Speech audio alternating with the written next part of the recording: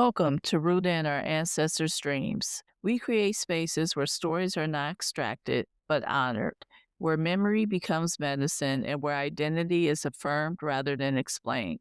Through intentional storytelling, intergenerational dialogue, and community centered action, we help people reconnect to what has always been theirs: wisdom, dignity, and the right to dream forward. Our work invites reflection, restoration, and responsibility, transforming inherited resilience into conscious vision and collective care. Before us were dreams whispered in the dark, hands that built without recognition, voices that carried hope when silence was safer. This space is for them, and it's for us, the ones still becoming, still remembering, still choosing to dream forward. Here, we honor where we come from so we can be clear about where we're going. This is rooted in our ancestors' dreams, where legacy is bound by vision and rooted in purpose. Today, we are joined by Breanna Charles Hill, who will be discussing and inviting us on her journey of being Black and transgender in America. Welcome, Breanna. Hey, how are you? I'm good. And you? I'm doing great. Can you tell us what you think when you hear where legacy is bound by vision and rooted in purpose? That's a really big question. And it's an important question because for me, legacy comes from two aspects. Legacy comes from the Black culture, and it also comes from not only the transgender aspect, but like the many different rainbow aspects of that. And those coming together, I've had to learn about how those can integrate and how we can move forward into certain aspects of not only my life, but how we can move forward in other people. Because you look back at like what we had to go through on both sides. Stonewall is a huge example of that. Having two different races, two different genders just erased and fight to be brought back. That is something that and now it's being put back into the forefront of how it all began, and knowing that there has been so many different famous transgender people and also so many famous Black people. It's combining those two it's a strong legacy for me, building a strong legacy. So that's how they connect for me. Thank you. Thank you very much for answering that question. We love Mhm. to hear what people's what they envision when they think of legacy, and of course our title rooted in our ancestors' dreams. So going off of what you just said, for our listeners, you identify as Black and transgender.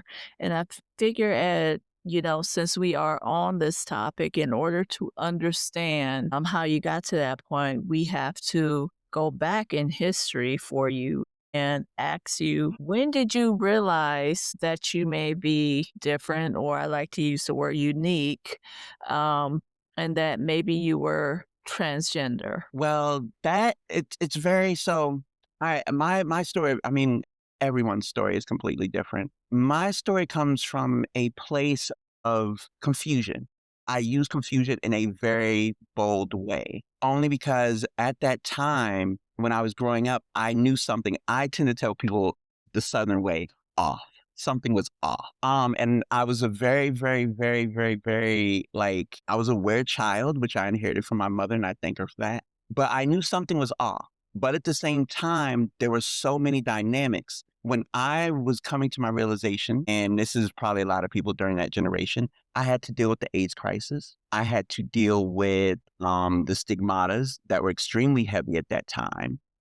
And I also had to deal with the stigmata that no one knew really what trans or intersex or any of that meant. They just thought it was a bunch of cross dressers. So again, the knowledge was not there. So it was almost like when you're off, you're playing Russian roulette with things. Because here you hear these people that are dying in your community. And I was a young kid. So I'm young and I'm going into realizations in life. And I don't this is my journey, but a lot of people are like, you can't realize things when you're younger, but if you're aware, there's some points when you're aware. And I was aware at that age. I knew something was off. Like I said, something was off and something didn't make sense. And my attraction to things was off. I'm not talking about to people, but I'm talking about to things. And I mean things in a sense of like, I was more creative. I like cutting out paper dolls. But here I am, I'm looking at this person in the mirror, but I don't see that reflection back.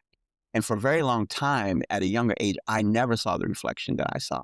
I never. Like it was just I point that to people now and I'm just like, the person I saw, and I kid you not, and it's gonna make you laugh when I say this. So the person that I saw, could only see my mother's feminine features. And I was also in love with Diana Ross at that time. So that's all I saw. That's literally all I saw was those two people, my mother and Diana Ross. And I was that kid that wore a sheet for my mother's heels. And a lot of people was like, oh, well, that doesn't determine who you are. And I'm like, but there's one little aspect of it is when you look at your body and you don't agree with the body that you're in.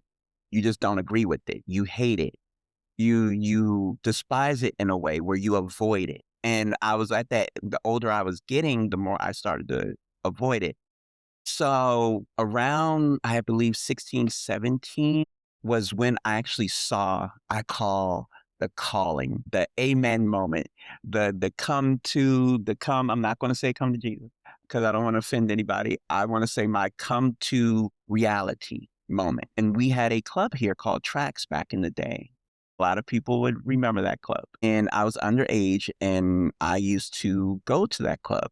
And then I saw it. My connection was instant. It wasn't even a stop. It wasn't even like a, let me think of this. It was like, it was there. And I connected. I didn't know what it was. I just saw these really beautiful people that I was like, wow. And it wasn't just the beauty. It was just, they were comfortable, but you could tell they also had that off. And I say off in quotation marks that I was looking for. So at that moment, I was like, let me study this. Let me see what this is, because that right there is what I feel I fit into. Like that's the category. Like the category is, yes, that's the category I felt more comfortable in.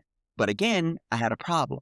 And so that problem was they were not seen in the best light publicly. You're talking at a moment where the only thing they could do is be prostitutes or anything like that.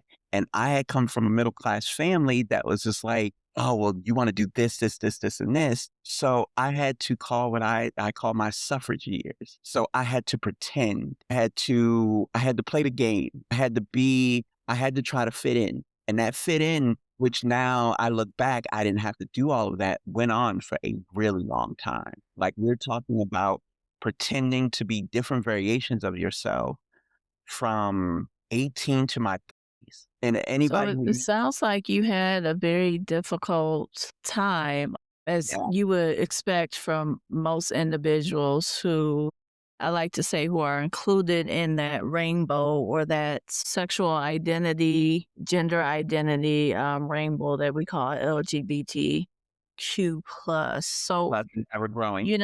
when you came to, I guess, accept yourself, when you introduced yourself to the world, what parts of being Black and transgender feel most visible? And what parts do people constantly miss or misunderstand? So, to kind of follow up on that, one thing that even I had to learn myself as an ally, there's mentioned intersex, you mentioned transgender, but Yeah. there's also these other parts, bisexual, there's cross dresser, there's transsexual. Yeah. So, are you able to speak on some of that? Yes, I can. Oh, so that, let me tell you, Um, that is something that a lot of people are still, and I mean, it's just, I tend to, I don't want to say the word messy, but it is.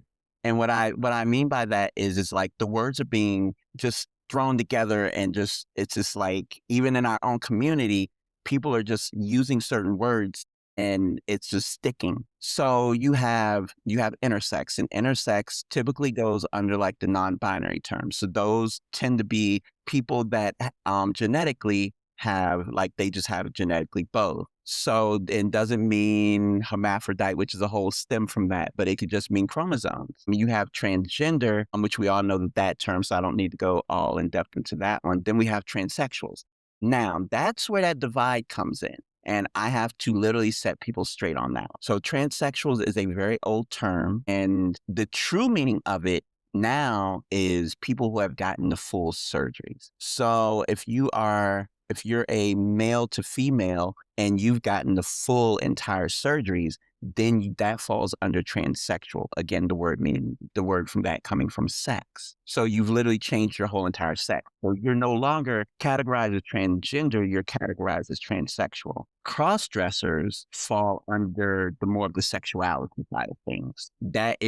That's more of a mental. It's not something that, and I actually have to check people on that one a lot of times, is a cross dresser, and this is just from my aspect of what I've seen and what I've been told, is a cross dresser and a drag queen, they're basically on a thin gray line. The only difference is the arousal aspect. A lot of cross dressers are aroused by it. Again, I tell people, if you really want a good reference check, please go read about Ed Gein. Ed Gein, yes, that particular person. Please go do your homework and you will understand the arousal side of cross dressing.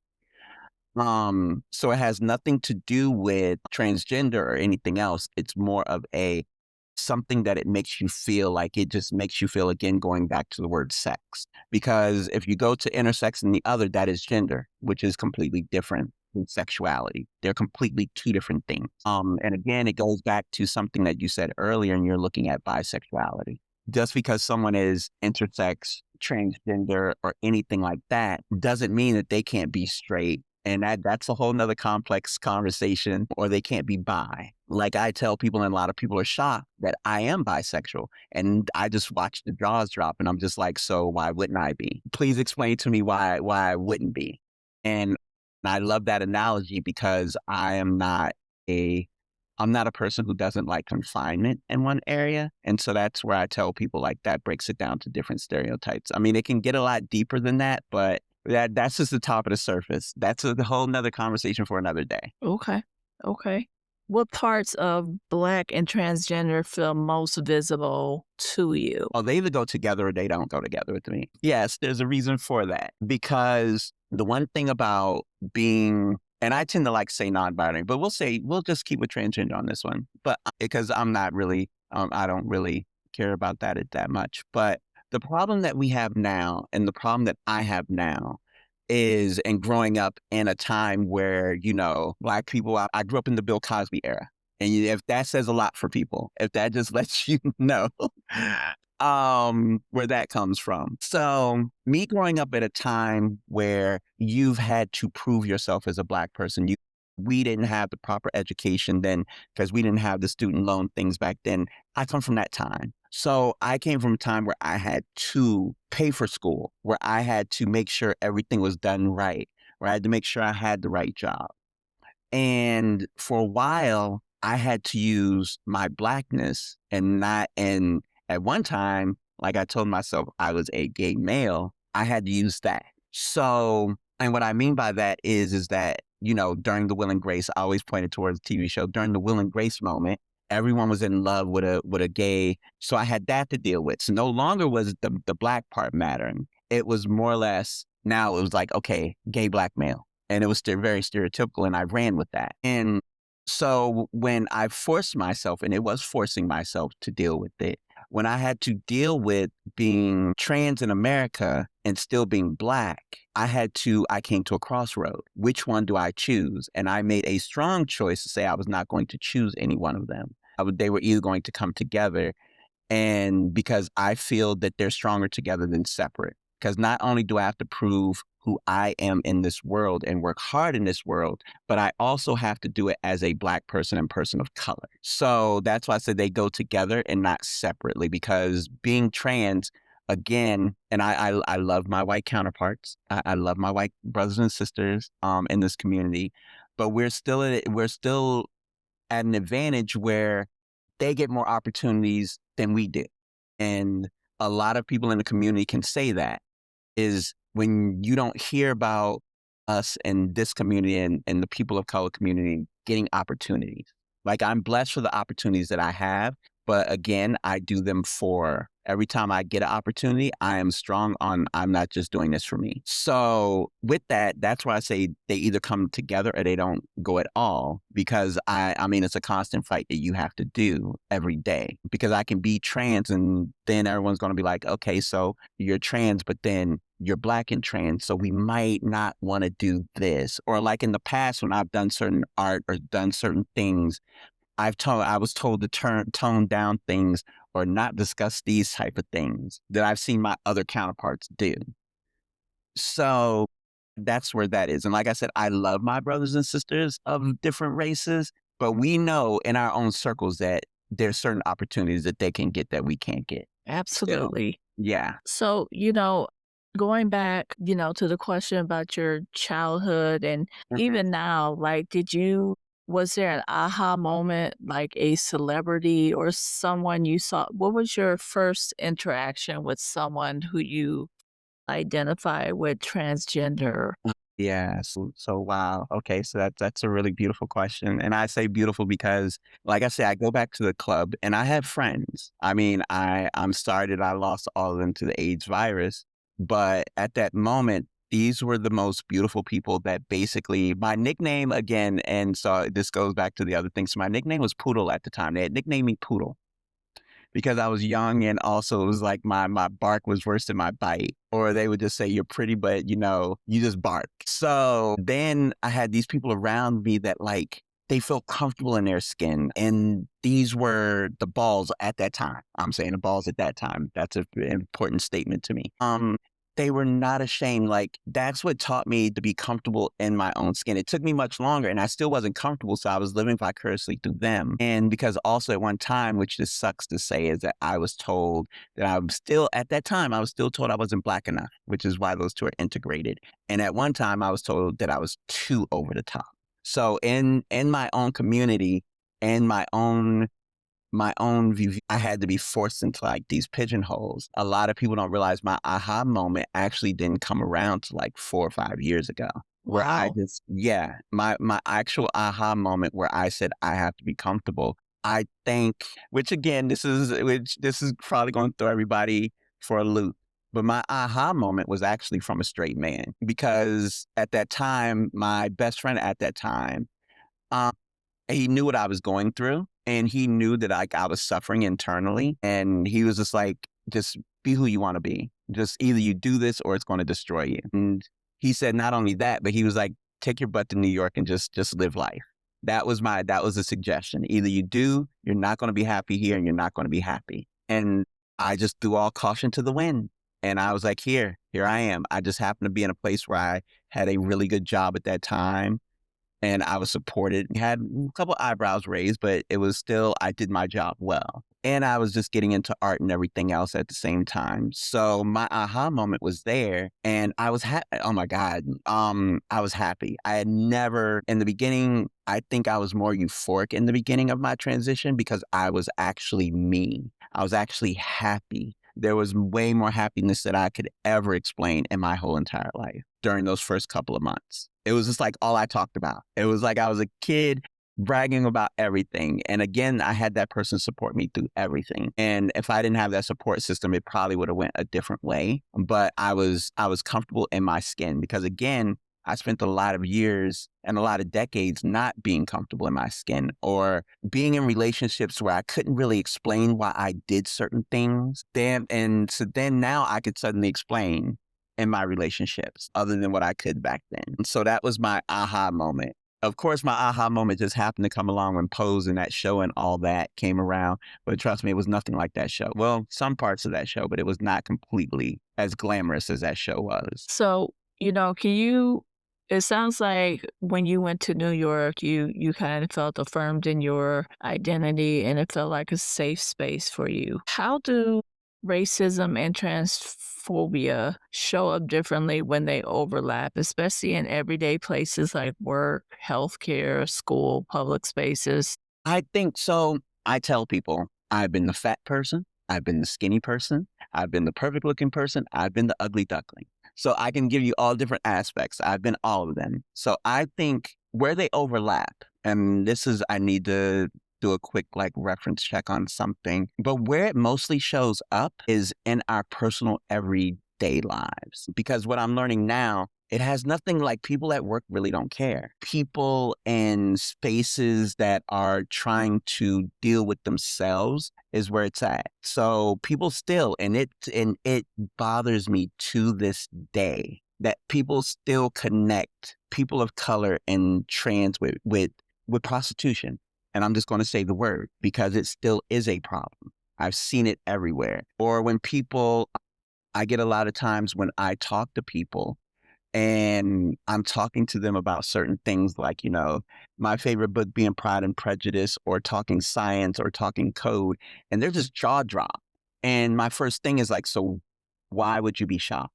Like, I'm a little confused why you'd be shocked. And then again, I look at my other brothers and sisters and they're not shocked about that. So again, that's why I said they intertwine into each other because again, in certain circles, and I'm just going to call a spade, is they feel we're still not good enough to be in those circles. So if they feel we're not good enough to be in those circles, then I want to say that, hey, we can't, what else can we be? Like, where do we fit in? And I was really stumped on that question because I really had to think about how I wanted to say that. Because trust me, it was wanted to be said completely different. But I want to point back to something that's very important that still goes along today. And I'm going to say a couple of different names. And it leads to what is now. Patrick Kelly, Willie Smith, Moschino. And this is something that plays back into now that still plays along back then. You have three designers, three well-known famous designers, two of them black, one of them Italian. Only one of them survived during the AIDS crisis. Only one of them, the Italian. So that's also plays a part into my legacy. That's why I bring both in there because we circle back and we're in a space where they overlap every single day. There's no way that a trans person cannot bring color into the room because they're being judged in society. They're being judged by color first, trans second. Trust me on that one. That's how you're seen. Black is first, color's always first because again, and I know the word that I'm looking for now is you have to be comfortable for them.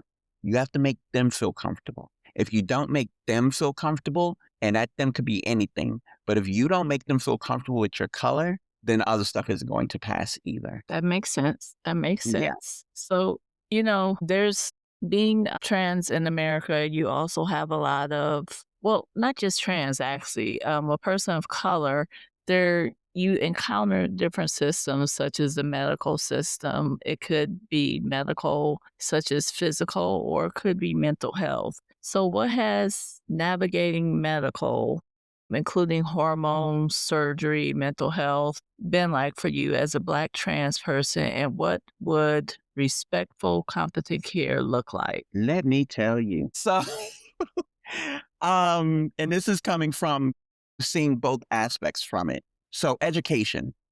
I'll go to that forward. I fast forwarded, but let me rewind. I've seen the best of care and I've seen the crappiest of care. I've seen where I was literally labeled to put on PrEP because I was sexually active when I literally told my doctor I had not had sex in like 2 years. And I asked myself, why would you do that? And again, if we go back to my story, you'll see where that came from. No one asked for that, but it was put in my file. And then you're also put in with mental health. We're still in, then when I was here, because of course I went through my transition here, I got the worst care possible, the worst care. Like it was almost like the care is against me. I wound up with just being told to take this. My psychiatrist and my therapist were more into themselves, and one of them, a member of our community, was more involved So in the, I'm sorry to yeah. interrupt. So just to clarify for our listeners, here is in reference to the DMV area, which is DC, Maryland, Virginia, for those who not don't know. So I um, apologize. Yeah. I just wanted to clarify that. So continue. Okay. Yeah. So here, when I was in the DMV area, thank you for clarifying that. In the DMV area, my care sucked. It didn't like I can't call it any like it was the worst care that I could ever get. I mean, I literally had a doctor, was given a doctor from my insurance company that was supposed to understand me and acted like he didn't even want to be bothered with me. I had to go through hoops to even get that gender affirming care with my insurance. I'm not going to name any insurance companies, but I would just say it was the worst on this earth. And it still is. Now that I am back in the DMV area, it still is. When I got to New York, it was almost like everything changed. I got the appropriate care. There were clinics, people who listened, people who understood. Going to the DMV area, you have members of our own community that can't even give us the same psychological care because they don't want to, because almost there's a fear of like, I need to keep with what they're telling me. And so I'm not really going to help you. Like I said, my psychiatry and everything, my mental health would have crashed if I stayed here. And so I look at New York that has the proper care. You have your choices of doctors and nurses that understand your care and have done the homework on their care. They just don't give you a bunch of pills and say, here, come and see me in a couple months, or come and see me in a month, or get some blood work. And that's even with the best of care in New York City. Even with the Medicaid system and everything else, everyone's treated equally. Also in New York, you have a much broader chance of, and I tell people this night and day. I did a test.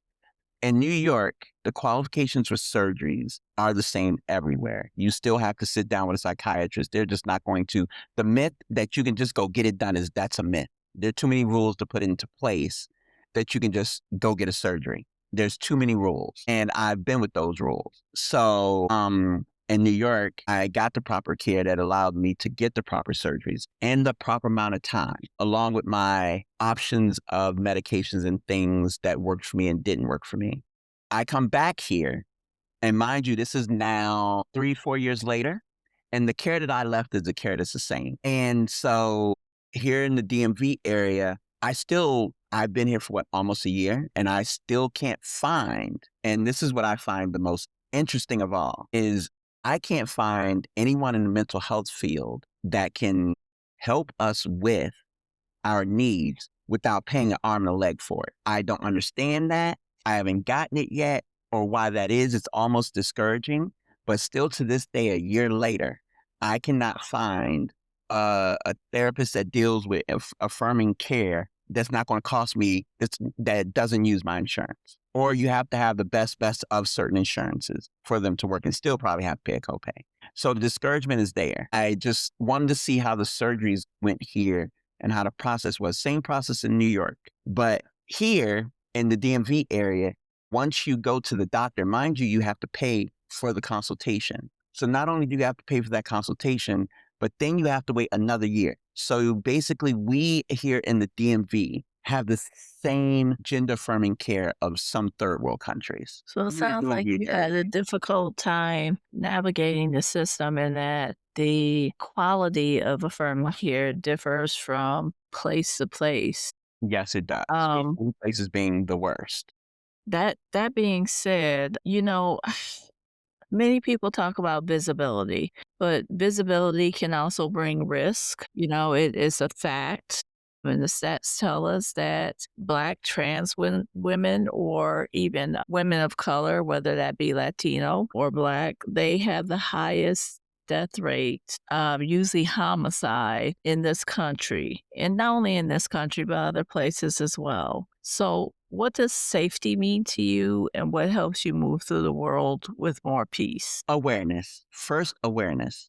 So, awareness in understanding your environments. So, and I know those stats. Like we are at the highest risk of sex trafficking, because a lot of us, and a lot of death, because again, we go back to color, that's the only option that we have, because it's like the only way for survival. And it's really not. But for some of us, like in this city, since I've been back here in the DMV area, it seems to be like much higher than what it is in New York. And what I have to do is be extremely aware. And what I mean by aware is I don't put myself in certain circles, or I don't put myself in certain avenues where I know it's not going to be safe. I understand what it's like to be a member of the community. I'm not going to go into this area where I know that there's no one from the community, or there's no understanding of the community. Tend to stay away from that. And also, I have a golden rule that has just been my golden rule just recently, is If you can't pass government clearance, then you off the list. And I say that is because I'd rather just be in a space where people have more to lose than nothing to lose. And I've learned that throughout history, that when people have a lot to lose in their lives, they have more of a real life than people who are just like, I think someone made the dumbest comment the other day, and this leads to that is everyone has a price. No, everyone does have a price, but some people call it value. And that's the awareness that I have. I tend to go into those circles, is people that have their own self-awareness. So those are the things that I try to tell everyone else is like what you look for, because of course something can look pretty, something can look shiny, people can look good, people can do whatever. But you also have to remember that a lot of people know, and this is fact and it sucks, is they know that you're not protected. I mean, there's things that have happened in my community now that I have reported, other people have reported, and we couldn't get the proper authorities to report it. And why? Because we're people of color in this community. The only reason. I mean, it does get sent to the right people, but we can't get the actual right people to handle it. Even being told myself, yeah, we know there's a problem with that. And it's sad, but it's true. And even me and I had a round table discussion with some friends, and they said the same thing. Even like my other counterparts from the other side of the table, they said the same thing. If these people were not people of color and they were not intersex or trans people of color, it would have been handled properly.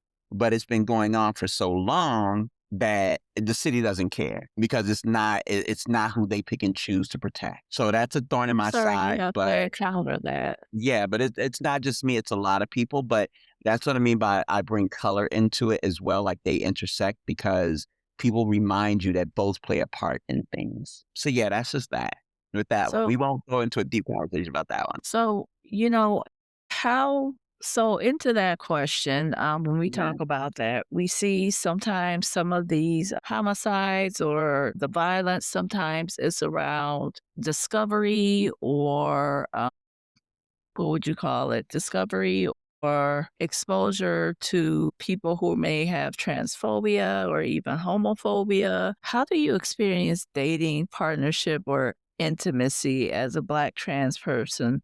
And what myths or harmful narratives do you wish weren't there? Okay, I don't know what I can and And cannot how do you say. keep Uh-oh. safe in terms of, identity? Do you actively, because this is part of your identity now. So It if you is. identify Yeah. as a woman, when you are meeting people who you want to date, do you say I'm a woman or I'm trans, or is that something you wait out? Because that too can be one of those things that exposes you to harm and can Yeah, kind of it does. okay. So how do you experience dating and intimacy and that kind of thing? How does that go, from your perspective, your own experience as a trans person? Well, I gotta say, so what level of things cannot not say?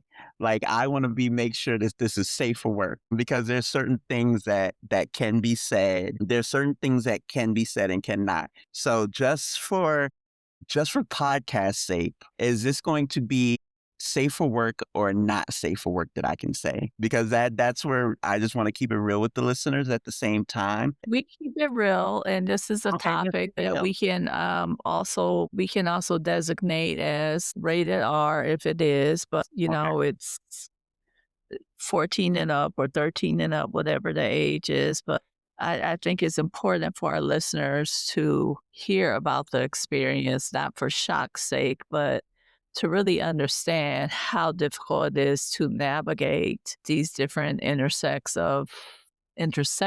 of gender and sex and race. So what I'm going to put is my own disclaimer on this one. So at this moment, please put your headphones on or please turn the volume down. So first, I'm going to say what we have to deal with. One of the top things is we have to deal with what they call chasers. Chasers are people that live in a fantasy. A lot of us that have been murdered have been by chasers. And that is something I had to learn well because chasers can come in very many different forms.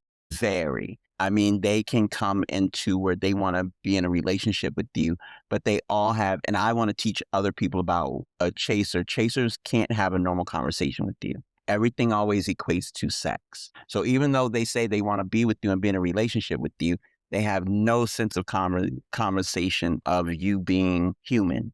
You are a you're like something that they just see for that moment. And I've had to learn that from my own experience with them. Like no one told me what they were. So that's the number one danger for us a lot of times are the chasers because they get wrapped up into their fantasies. And when you don't fit the fantasy or you turn them down, they can become violent. Another thing that I have, and I've navigated that quite well with a series of questions and a 5 set of rules that I just won't publicly say. But let's just say it works. So another thing is that a lot of people feel, and this is just the craziest of all, thanks to like the industry is right now, a lot of people feel that every trans person is a top, or what I mean, they are the person who does. That is a strong myth. That's a myth so hard that it just needs to die. And so that goes back into what people expect. And also they're labeling you because they don't know. It puts a mark on what is in between your legs automatically. So it doesn't turn you into a person, it turns you into an object. So that's something that I've had to learn. Also, there's within the community itself, there are different terminologies that people tend to label you as. And that's just like, femme, I forgot what some of them are, but there's so many of them. So for me, in my relationships and who I've been with, I tend to like to keep my relationships extremely private. Not I used to do it as protecting the person, but the relationships that I'm just honored. I say honored because I've been with some amazing people, is they've taught me the importance of safety and not judging or not basing me on sexuality. So I talk to people, I lay all the cards out. I don't say male, I don't say female. I just say, hey, if it's easier for you, I tend to say transgender, non-binary, just to put all cards on the table because by then it lets you make your decision. That's where I come from because with me, I want someone that's going to be comfortable in their skin. How you view me, a person that is looking for a relationship knows what they want. They know exactly what they want. Well, sometimes, but visually they know what they want. So I know who I am, but if that is how you envision me, then we work together. And it's not in the sense of, oh, well, you're subjecting yourself to that person. No, that's because I am a person that doesn't like categories. I don't like labels. But if that's how you love me, then of course I'm going to allow you to love me that way, especially if it is in a very loving and acceptable way. If that is, unless it breaks down to like some serious mental issues, then we have to talk. But luckily, I've been with people that have just accepted me for me. And it's not really about, well, person thinks that you're this or this person. It's whatever makes you feel comfortable, whatever makes they're comfortable in themselves. I've learned the more secure someone is, security plays a huge part of, I mean, plays a huge part of being with the trans non-binary or intersex person. Security plays a huge part in it because if you have a person that wakes up every morning is like, oh my God, what are my friends going to think? Oh my God, da da da da da da da. Then go over there and figure things out. That's not my lane. Like that's just too much. So like I said, I've been privileged and honored to be in those type of relationships where they don't say male, female. They may say girl or something like that, and I accept it. And I accept it on many different levels, as long as you're not being derogatory with me. Or you always know when someone brings your sexuality up first. So if someone really wants to be with you, they have their visual. Yes, they have their visual. But if you're all like, again, remember this conversation, if they talk about your body parts first and ask you like really offensive questions about your body parts, they're not interested in you or in me. What they're interested in is sex. And that always comes off. So another thing that I have learned and another thing that I tell people is everyone deserves to be loved and everyone deserves to be treated with respect and be taken care of once in a while. So if you, I've just learned recently that if you come to me and say, "Can you come over late at night?" or "Oh, our first date is at your house," you're no, it's not going to happen. And that's what happens to a lot of us is when we put into those spaces. So my thing is, I should have the same level of respect and love as anybody else on this earth.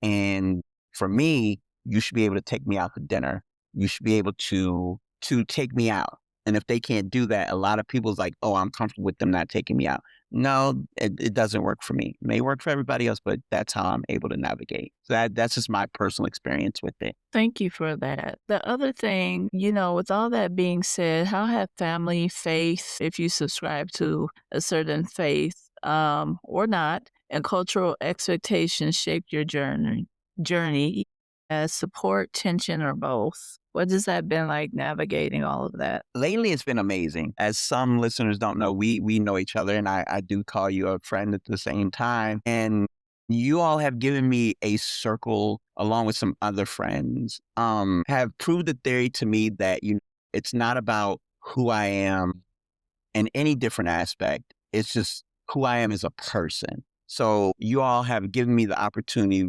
to strip me down to just a being, or as I say, a ball of energy, where everything else doesn't come into play. And one thing that I point back to is, I used to weigh heavily on what other people, we all go through that, but I used to put more weight on my friends, um, and not allow them to put weight on me. And now I'm learning with my circle of friends that, you know what? I'm not perfect. I don't have to be perfect. And you all tell me that. Like all my friends remind me, "Hey, you're just going somewhere else with this." And I enjoy that. So that's where I'm navigating now. And it's actually made me more creative. And my design agency, it's helped me with work, in a lot of different areas. So I thank all of my friends for that, for giving me this beautiful space that they have allowed me to be in. Thank you. So, one of the other questions is at this point in your life, are you feeling affirmed, safe, sure in your identity? Do you feel like you can be, I guess, out, if that's a word to use for transgendered? Do you feel like you are supported? All of the above. And this actually just all of the above, because I like that you asked that question. And I love that you asked that question, because this has been, I want to say, over maybe the last year, this last year, and especially maybe the last 6 or 7 months, for me, everything just went up. Like I had to put my foot down on a lot of things. And I've had to just not focus on other things and focus on what's important, not focus on what the world thinks around me, but focus on what matters. So right now, I honestly want to say all of the above. And I wouldn't change my current situation. And I hope it gets even better than what it is now. But I wouldn't change this current situation for anything. I just wish that I would have known the space that I am now, I wish I would have known I could have gotten to this space a long time ago. Okay.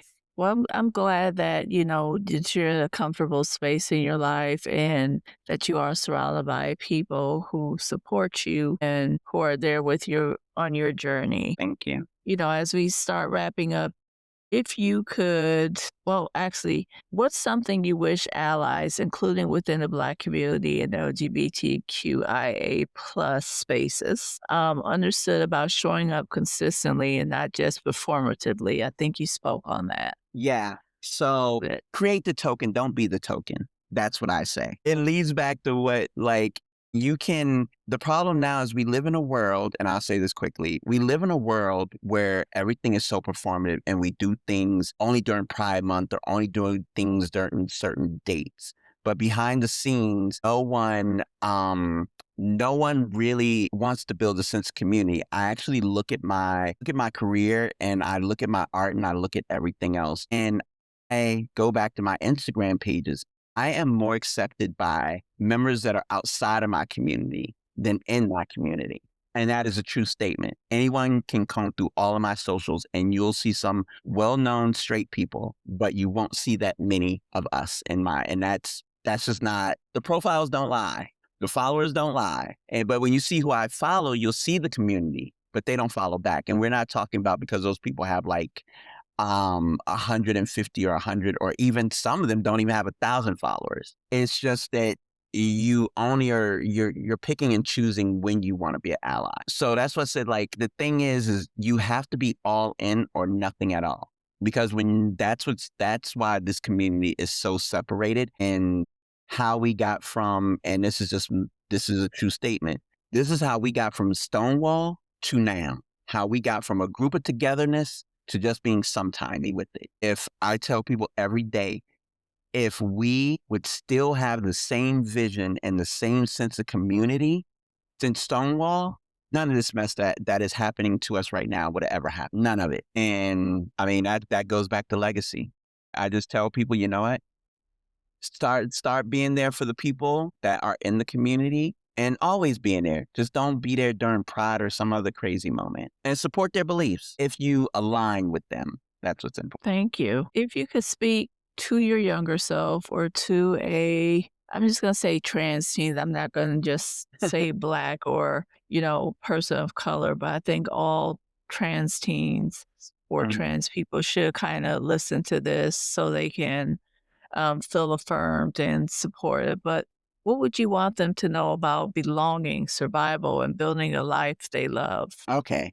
Oh my God. So I would tell them, and I would tell my younger self. Number one, all the fluff doesn't matter. You truly need to focus on what's important and focus on yourself for a really long time. And understand who you are as a person, not what people perceive you to be, not what people want you to be, because it will change you, and it'll it'll not allow you to accept yourself. So once you learn who you are and you spend that time learning who you are, everything else will fall into place. And on the other hand is you'll hear no a bunch of times. You'll hear no so many times it doesn't make sense. But you know what? Eventually someone's going to say yes, and hold on to that yes and run with it. And lastly, you're going to make mistakes. Just accept them and learn from them. That's it. Thank you. Thank you very much for joining me on this interview and, giving your personal experience. And I guess as a representative of the community, being able to tell our listeners a little bit about what it's like to be not only a person of color, but also transgender too. So dealing with, race, sexuality, gender as well. Yeah, I'm some of these people's mamas. I'm old enough to be their mamas.